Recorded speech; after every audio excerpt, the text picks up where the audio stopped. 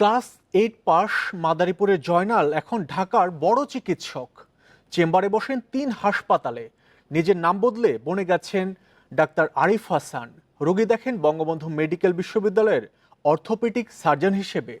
চিকিৎসক পরিচয়ে বিয়ে করেছেন 5 বছর আগে।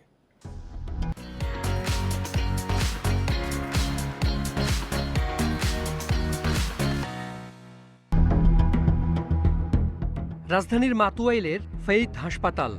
রোগী দেখছেন doctor Arif Hasan, orthopaedic surgeon, Bangabandhu medical বিশ্ববিদ্যালয়। তার বিএমডিসি নিবন্ধন নম্বর 81383। এই ওষুধটা 1 সপ্তাহ খান, দেখেন আল্লাহ পাক কতটুকু ভালো রাখে। অপারেশন প্রয়োজন নেই জানিয়ে রোগীকে দিলেন প্রেসক্রিপশন।